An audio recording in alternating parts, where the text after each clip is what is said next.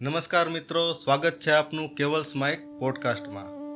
આજે આપણે એક એવી પ્રેરણાદાયક વ્યક્તિને મળવાના છીએ જેણે માત્ર 21 વર્ષની ઉંમરે નેતૃત્વની દુનિયામાં પોતાનું સ્થાન બનાવ્યું છે, જેમણે પોતાના સંઘર્ષ અને મહેનતથી સફળતા મેળવી. તો ચાલો તેની પ્રેરણાદાયક સફરની એક મુલાકાત લઈએ. તો વિશ્વાબેન, કેવલ્સ માઇક પોડકાસ્ટમાં આપનું સ્વાગત છે. ખૂબ ખૂબ આભાર કેવલભાઈ તમારો મને પોડકાસ્ટમાં ઇન્વાઇટ કરવા માટે.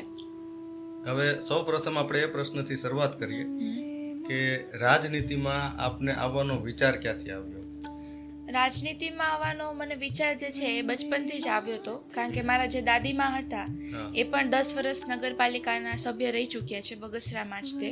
તો ત્યાંથી મને રાજનીતિનો થોડો એવો એક્સપોઝર મળ્યો. પછી જેમ જેમ હું મોટી થઈ ત્યારથી હું ધીમે ધીમે સમજવાનું મેં ચાલુ કર્યું અને આપણા દેશના વડાપ્રધાન છે જે નરેન્દ્રભાઈ મોદી, એના વ્યક્તિત્વથી પણ હું વાકેફ થઈ અને પછી મને એમ થયું કે ના, જો એ પણ એક નાનકડા ગામથી લઈને દેશના વડાપ્રધાન બની શકતા હોય તો હું પણ કંઈક કરી શકું ને લોકોની સેવા કરી શકું. તો ત્યાંથી મને વિચાર આવ્યો. બરાબર છે. તમે તમારા દાદીમાની વાત કરી, તો એક વાત હું તમને કરવા માંગીશ કે આજે બગસરામાં એક ચર્ચાનો વિષય બની ગયા તમે કે 21 વર્ષની દીકરી ચૂંટણી લડી રહી છે.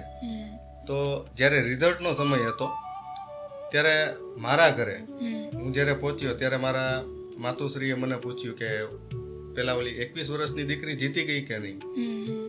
બરાબર. એટલે મેં કીધું હા, મેં કીધું જીતી ગયા છે બેન. અને એ દીકરી કોણ છે તમને ખ્યાલ છે? તો કે નહીં.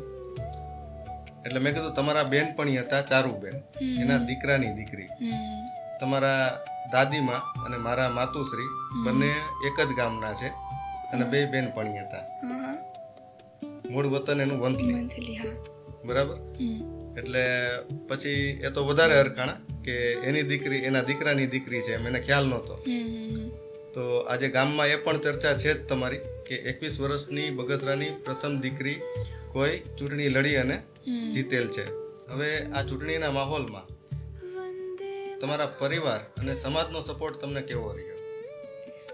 પરિવારનો સપોર્ટ તો કહું ને કે ખૂબ જ રહ્યો છે, કારણ કે જો પરિવારનો સપોર્ટ ન હોત તો આજે આ સ્ટેજ ઉપર પહોંચવું એ મારા માટે સક્ષમ નહોતું જો હું એકલી હોત તો. એમાં મારા માતુશ્રી જે છે એ અત્યારે એની ગેરહાજરી છે અને એમાંથી મારા પપ્પા અને દાદાનો સપોર્ટ છે એ ફૂલ રહ્યો છે. એણે મને કોઈ દી એવું નથી કીધું કે ભાઈ તું છોકરી છો તો આવું નહીં કરી શકે. અને રહી વાત સમાજની, તો એવું નહીં કે ખાલી મારો એકનો જ સમાજ, બગસરામાં ઘણા બધા સમાજ જે છે એ બધા સમાજે મને પોતાની દીકરીની જેમ જ સાચવી છે અને બધાએ એવો જ મને સાથ આપ્યો છે અને ખૂબ ખૂબ આશીર્વાદ આપ્યા છે મને બધા સમાજે. ખૂબ સારી વાત કરી આપે. હવે તમારા માટે નેતૃત્વનો સાચો અર્થ શું છે?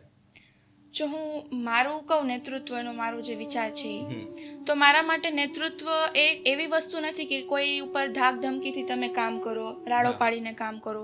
બટ મારા માટે નેતૃત્વ એવું છે કે તમે લોકોને સાથે લઈને ચાલો, લોકોને પ્રેરણા આપો, લોકોને તમે પ્રેરિત કરો અને બધા સાથે મળીને આપણો જે ધ્યેય છે એ આપણે ગોલ જે છે આપણો અચીવ કરીએ, એ મારા માટે નેતૃત્વ છે. અને મેં એક શબ્દ છે એનાથી પણ હું વધારે મોટિવેટ થાઉં છું કે કોટ આવે છે આજકાલ કે જ્યારે તમે ટીમના લીડર હો અને તમારી ટીમ જે છે એમાં સક્સેસ હોય ને તો તમારી ટીમની પાછળ ઊભું રહેવાનું અને પૂરો જશ જે છે તમારી ટીમને આપવાનો. પણ જ્યારે ફેલિયર આવે ટીમમાં તો ત્યારે તમે સૌથી આગળ હોવા જોઈએ કે જે કંઈ બી છે એ મારા બદલ છે અને હું એમાંથી ઓવરકમ કરી દઈશ. તો મારા માટે નેતૃત્વની ડેફિનેશન એ છે. વાહ, ખૂબ સરસ, બહુ સારી વાત કરી આપે.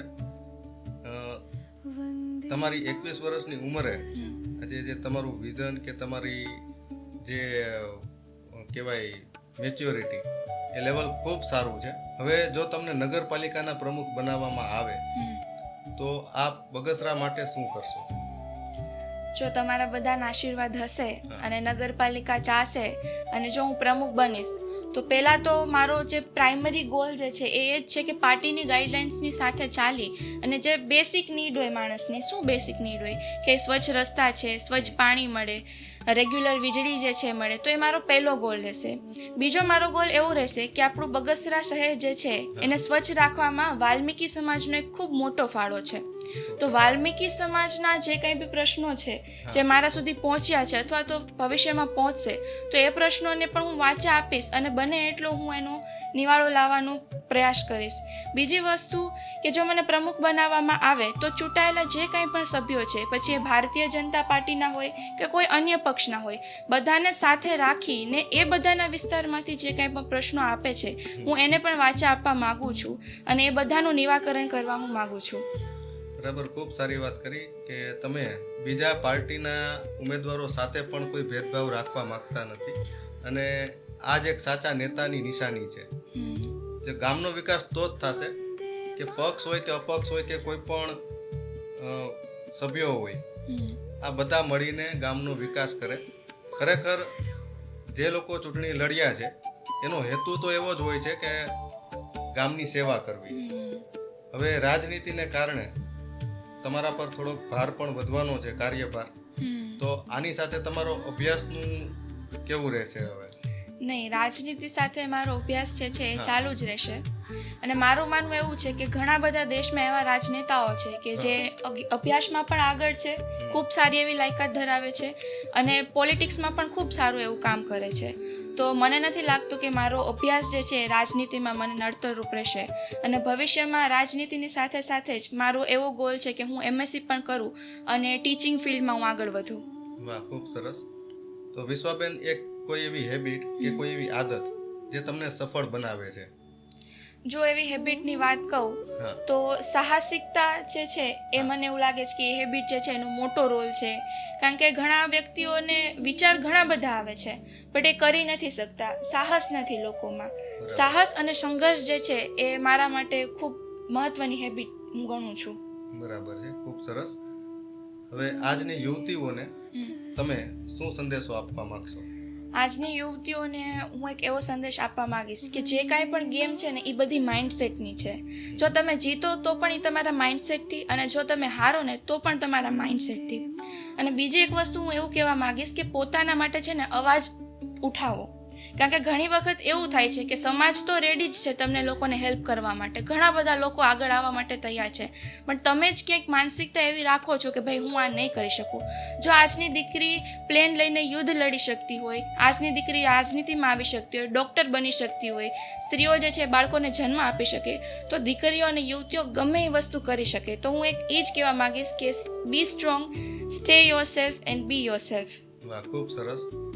તો વિશ્વાબેન, તમારા માટે એક નાની એવી ભેટ છે અમારા તરફથી, ગુજરાત નગરપાલિકા અધિનિયમનું પુસ્તક, જે તમને નગરપાલિકા ચલાવવા માટે જેના મૂળભૂત એના સિદ્ધાંતો કે એના નિયમો જે છે તે આમાં ગવર્મેન્ટના લખેલા છે.